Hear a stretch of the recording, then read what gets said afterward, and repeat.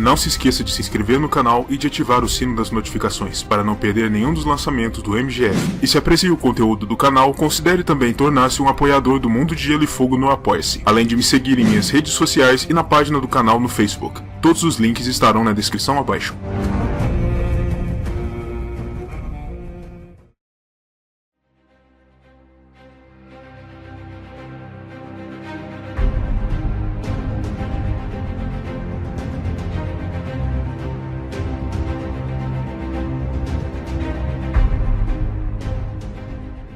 Asa Prata, de acordo com as lendas familiares da casa Targaryen, eclodiu de seu ovo entre os anos de 36 e 41 após a conquista. Ovo este que fora posto sobre o berço da pequena princesa Alysanne por sua irmã mais velha Rhaena, para que a criança e a criatura desenvolvessem desde cedo uma ligação umbilical, como era o costume da casa real de Westeros então. Asa Prata viveu seus primeiros anos lado a lado com a princesa, e já no ano 42 ela fez sua primeira contribuição relevante à história da Casa Real, emprestando suas chamas à pira funerária do primeiro sucessor do conquistador, o fraco e vacilante rei Aenys I, pai de Alysanne.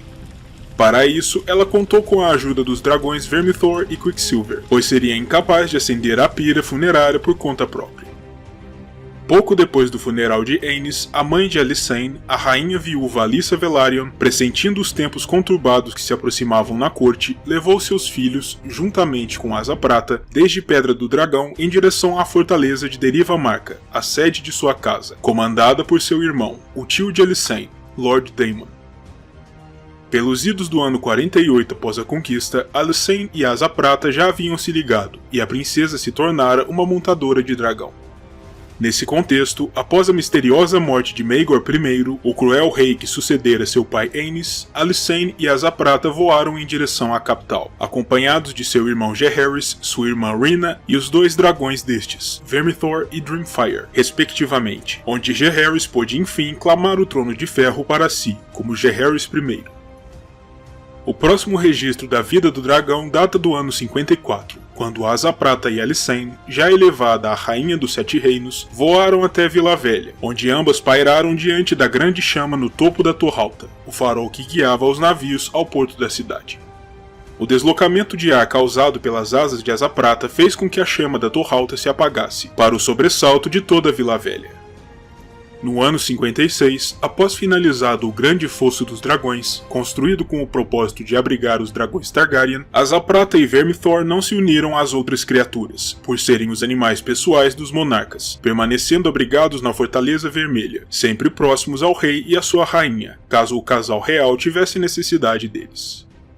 Em 58 após a conquista, o rei e a rainha planejavam partir em direção ao norte, acompanhados de grande parte da corte em visita real ao Senhor do Norte, Lord Alaric Stark. Mas um pedido de mediação das cidades livres em guerra impossibilitou Jaehaerys de partir durante algum tempo, de modo que Alysanne e Asa Prata partiram antes do rei, até o Winterfell, para evitar que os Stark se ofendessem com uma presumida desfeita real. Mais tarde, quando o rei já se encontrava em Winterfell, conferenciando com seu protetor do norte, Alysanne se sentiu entediada com as tratativas, e partiu em Asa Prata ainda mais para o norte, em direção à muralha, onde a rainha desejava contemplar o limite do mundo civilizado.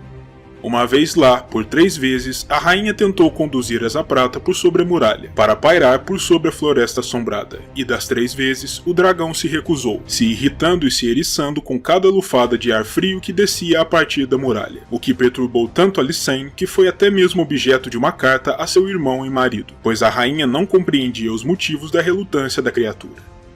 Nos idos do ano 93, quando Alysanne já contava com 57 anos de idade e Asa Prata não era muito mais novo, embora o peso da idade fosse muito maior sobre a rainha do que sobre a fera, Alysanne montou por uma última vez, após o que deixou de ter forças suficientes para tanto, vindo a falecer no ano 100 após a conquista, aos 64 anos.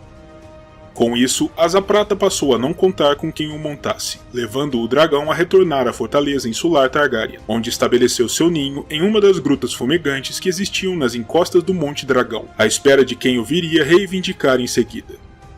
Asa Prata passou 29 anos sem um senhor, e só voltou a ser clamado durante o início da Dança dos Dragões, a maior guerra civil que o Westeros já conheceu, quando o príncipe real Jaehaerys Velaryon, filho da rainha Rhaenyra, decidiu que a facção de sua mãe, os Negros, precisavam do reforço de mais senhores de dragões para auxiliar nos esforços de guerra, ordenando que todos aqueles de sangue real nas cercanias da fortaleza tentassem se ligar a uma das criaturas sem senhor que se encontravam ali.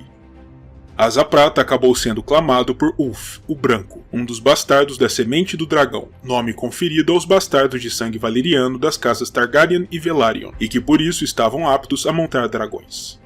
O primeiro compromisso da nova dupla foi a Batalha do Gargalo na Água Negra, onde Asa Prata, acompanhado dos dragões Vermithor, Vermax, Ladrão de Ovelhas e Sea Smoke, desceu com fogo e fúria sobre a frota de 90 navios de guerra da Triarquia de Essos, aliada à facção verde, inimiga de Rhaenyra. Quando a capital caiu perante as forças negras, Asa Prata foi levado por Ulf até o Fosso dos Dragões, e ali o dragão criou para si um novo covil, antes de voltar a alçar voo para a batalha. Durante a primeira batalha de Tumbleton, Ulf e o outro bastardo real a serviço dos negros, Hugh Martelo, decidiram virar suas casacas, jurando lealdade a Aegon II e aos Verdes. E Asa Prata e Vermithor, criatura então comandada por Hugh, varreram a pequena cidade-mercado com fogo, juntamente com o dragão Tessarion, comandado então pelo irmão de Aegon, Príncipe Daeron. Depois da conquista de Tumbleton, Ulf permaneceu junto à hoste da casa Hightower ali, e Asa Prata foi deixado livre do lado de fora das muralhas da cidade, para voar e caçar ao seu bel prazer.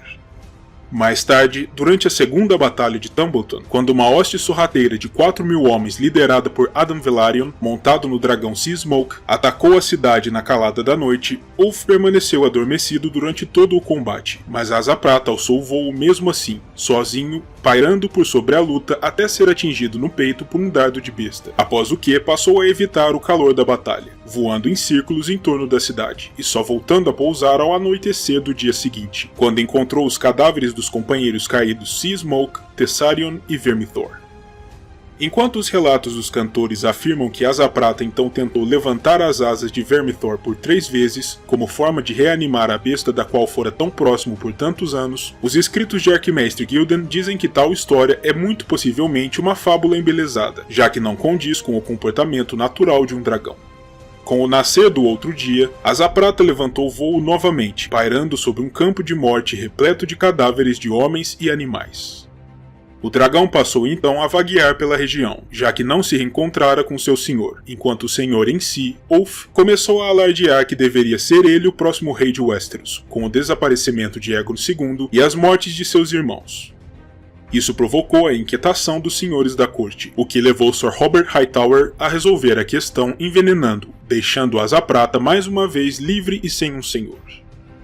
Com isso, Lord Unwin Peake, temeroso com a ideia de permitir que um dragão sem condutor circulasse livremente pela campina, ofereceu 1 milhar de dragões de ouro ao homem que fosse capaz de domar Asa Prata. 3 homens se adiantaram dispostos a tentar, mas após o primeiro deles perder um braço e o segundo, a vida, queimado pelas chamas do dragão, o terceiro simplesmente mudou de ideia e decidiu nem sequer tentar. Ao final dos combates da dança, Asa Prata se tornou um dos últimos 4 dragões vivos no continente, e mesmo que já fosse bastante acostumado com homens desde seu nascimento, o dragão se tornou selvagem e violento durante o reinado de Aegon III, talvez motivado pelas imagens vistas e pelas experiências vividas durante a guerra, continuando a voar livremente pelas terras da Campina, sem senhor. A criatura eventualmente estabeleceu um covil final para si em uma ilha no Lago Vermelho, localizado na porção noroeste da Campina, imediatamente adjacente ao castelo sede da Casa Crane. Não houve mais nenhum registro de seu paradeiro ou de avistamentos desde então, e não se sabe até os dias de hoje onde, como ou quando o dragão veio a falecer.